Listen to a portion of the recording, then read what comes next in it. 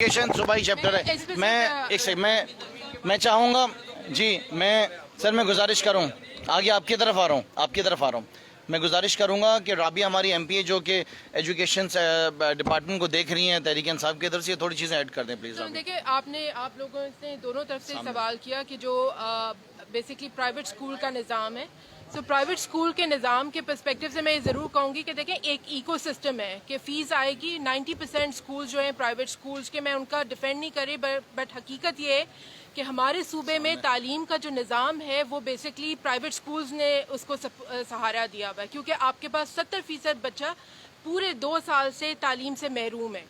یہی نظام اگر آپ اسی طریقے سے اسکول مسلسل بند رکھیں گے تو یہ ایکو سسٹم سروائیو نہیں کر سکے گا, کیونکہ اگر آپ کا بچہ اسکول نہیں آ رہا, آپ فیس نہیں دیں گے, ٹیچرز کو سیلری نہیں جائے گی. 90% پرائیویٹ اسکول جو ہیں وہ رینٹڈ اسپیس کے اندر ہیں, ہارڈلی 10% ایسے اسکولز ہوں گے جو کہ کسی بلڈنگ کے اندر یا اپنی اسپیس کے اندر ہیں.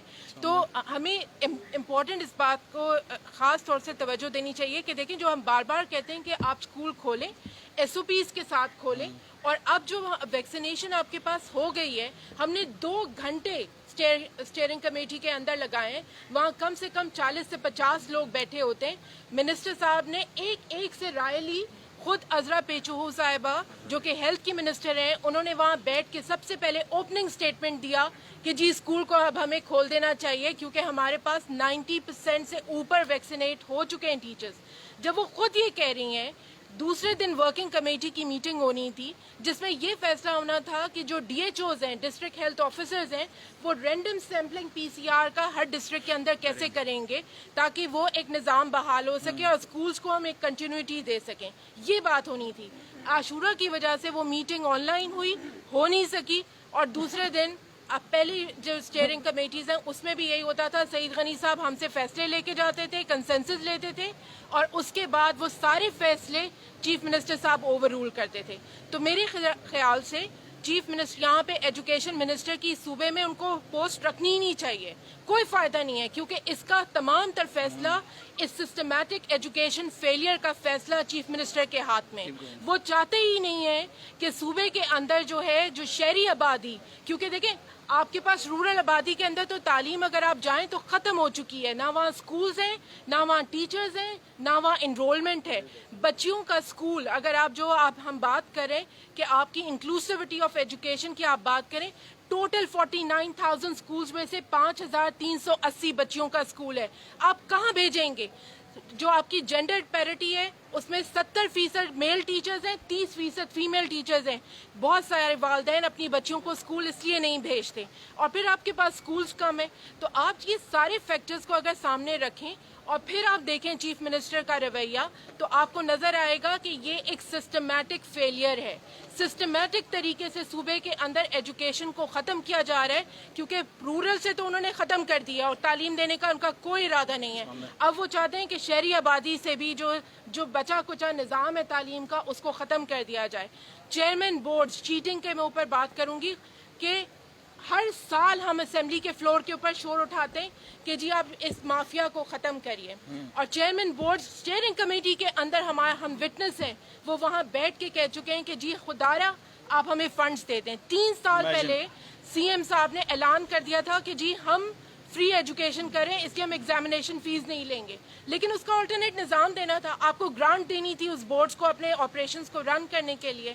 وہ گرانٹ ہر سال آپ کو بجٹ کی بکس میں 2 بلین کی نظر آئے گی, لیکن ایگزیکیوشن رپورٹ کے اندر آپ کو 0 نظر آئے گا, کیونکہ وہ آج تک 2 بلین میں سے 1 روپیہ جو ہے وہ سی ایم صاحب دینا گوارا نہیں کیا انہوں نے.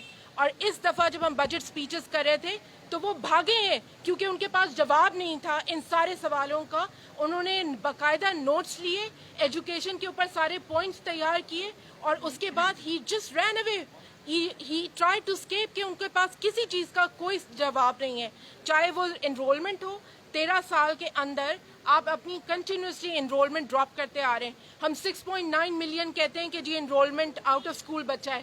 میں یقین سے کہہ سکتی ہوں کہ اگر آج آپ سینسس کرائیں تو آپ کے پاس یہ 6.9 سے کہیں زیادہ نمبر بڑھ چکا ہوگا.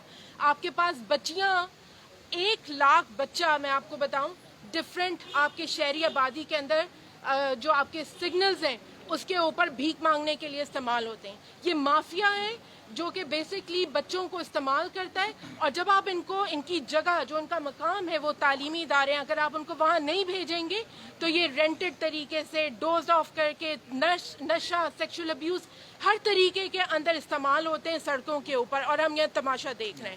تو میرے حساب سے چیف منسٹر صاحب, آپ جو ہیں وہ جس طریقے سے ظلم کریں اس صوبے کے ساتھ تعلیم کو ختم کر کے, I think it's high time تمام اداروں کو کنسنسس کے ساتھ, چاہے وہ پرائیویٹ سیکٹر ہو, پبلک سیکٹر ہو, ان سب کو ایک آواز اٹھا کے اس صوبے میں تعلیم کی بحالی کے لیے کام کرنا ہوگا.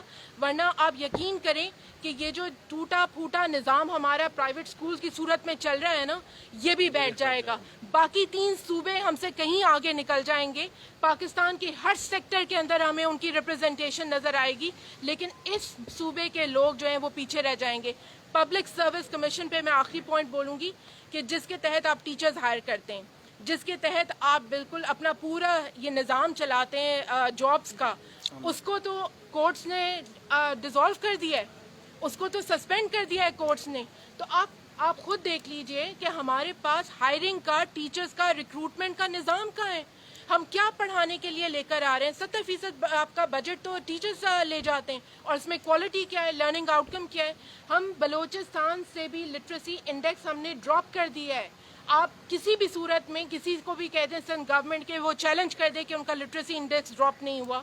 تو کہنے کا مقصد یہ ہے کہ یہ جو پورا نظام ہے نا, یہ تماشا ہے. اسٹیئرنگ کمیٹی ہو جائے, ایجوکیشن کا منسٹر ہو جائے, سیکٹریز آف ایجوکیشن ہو جائے جو ہر 6 مہینے بعد بدل دیے جاتے ہیں, یہ سب بیکار ہے. کیونکہ اصل میں فیصلہ جو ہے تباہی کا, اس صوبے کی تباہی کا, وہ چیف منسٹر صاحب کیبنٹ میں بیٹھ کے کرتے ہیں.